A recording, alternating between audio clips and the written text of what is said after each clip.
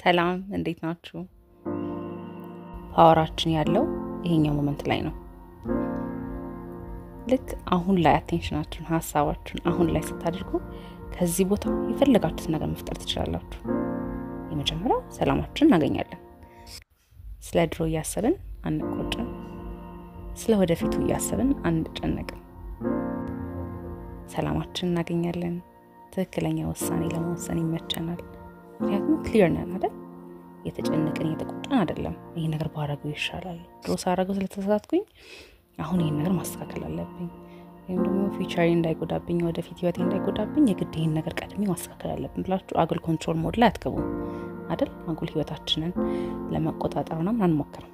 እናምናለን፣ ትረስት አለን አይደል? ህይወት እኛን እንደምትደግፈን እናስባለን።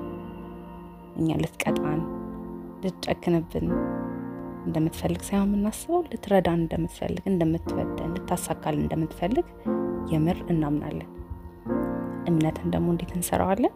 እስከዛሬ ህይወት እኛ ባሰብነው መንገድ ስላልሄደ ህይወት ልትደግፈን የምትፈልግ፣ ልታግዘን የምትፈልግ፣ ህይወታችን እንዲሳካ የምትፈልግ አይመስልንም አይደል? ምክንያቱም ከዚህ በፊት የሆነ ነገር ጠይቃችሁ ወይ ደግሞ እኔ ምንድነው እሱ መሆን ፈልጋለሁ የሆነ የሚያብለጨልጭ ነገር ወይ ደግሞ የሰዎችን ጥሩ ህይወት እናይና እኔም እንደዛ ፈልጋለሁ ምናምን ብለን እንጠይቃለን። እኛ በፈለግነው መንገድ ሲሳካልን አይተን ስለማናቅ እኛ የሚመስለን ምንድነው ህይወት ማትወደን፣ እንድትደግፈን ማትፈልግ፣ እንዲሳካልን የምትፈልግ አይመስለንም አይደል? ግን እንዲያውም በጣም እንዲሳካልን እኛ ትክክለኛ ህይወታችን እንድንኖር በጣም ትፈልጋለች ህይወት። ግን እኛ የምንጠይቀውን ነገር ስለማናቅ ነው። አንዳንዴ እንዴት ነው ትልቅ ችግር ደርሶባችሁ ይሄ ነገር ጥቅሙ አይገባንም ማለት የዚህ ችግር መንስኤ ምክንያት ጥቅም አይገባንም ማለት ከዛ ግን የሆነ ጊዜያት ካለፉ በኋላ ለዛ ነበር ለካ እንደዚህ አይነት የሚገርም ሰው እንደሆን ነበር ለካ ትግስት እንደማር ነበር ለካ ሰዎችን እንዳምን ነበር ለካ ብልጥ እንደሆን ነበር ለካ ብለን በኋላ ላይ ይገባናል አይደል?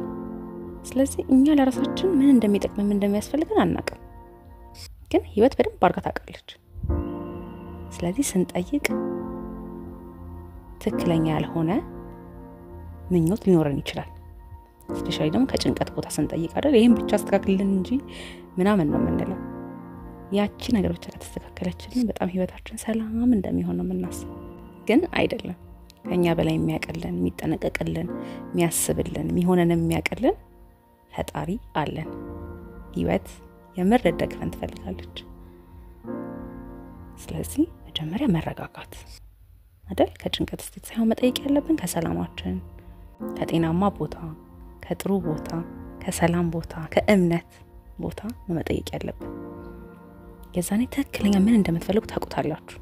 ስለዚህ ገና ጠዋት ስንነሳ አይናችንን ከመክፈታችን በፊት ተመስገን ማለት መልመድ።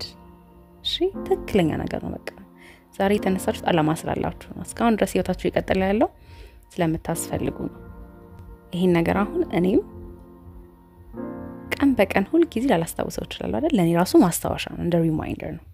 ስለዚህ አይናችንን ከመክፈታችን በፊት ተመስገን። ከዛ ወዲያው ከጭንቅላታችን ሳይሆን ወደ ልባችን ሐሳባችንን እንወስድና ምንድነው ዛሬ እንዲደረግልኝ ፈልገው፣ እንዲሆንልኝ ፈልገው፣ ምን አይነት ስሜት ነው እንዲሰማኝ ፈልገው? ዛሬ ሰላም ነው? ደስታ ነው? ከዛ እሱ እንደሚደረግልን አምነን ቀናችንን ኢንጆይ እያደረግን ፈታ እያለን እያመንን ዝም ብለን መኖር መዋል። ከዛ ማታ ከመተኛታችን በፊት ሪፍሌክት ማድረግ። ያ ያስባችሁት ነገር የምር ተሳክቶላችኋል? ያ የጠየቃችሁት ነገር የምር ተደርጎላችኋል?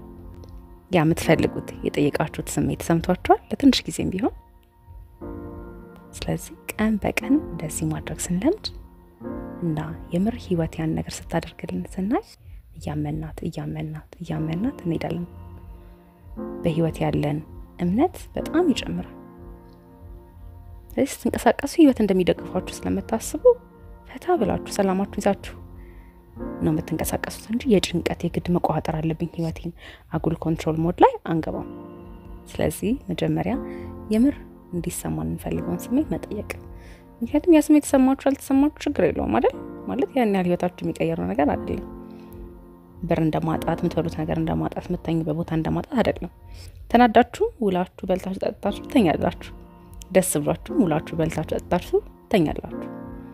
ስለዚህ መጀመሪያ ለስሜታችን ያረጋጋን ከዛ የመጠየቅ ስንጀምር እና የምር ሲሳካልን ስናይ ቀስ በቀስ ትልቅ የሚመስሉን ነገሮች መጠየቅ እንችላለን። እናምነዋለን። ኦልሬዲ እምነታችንን መሰረት ይዟል። መልካም ቀን ይሁንላችሁ። ቻው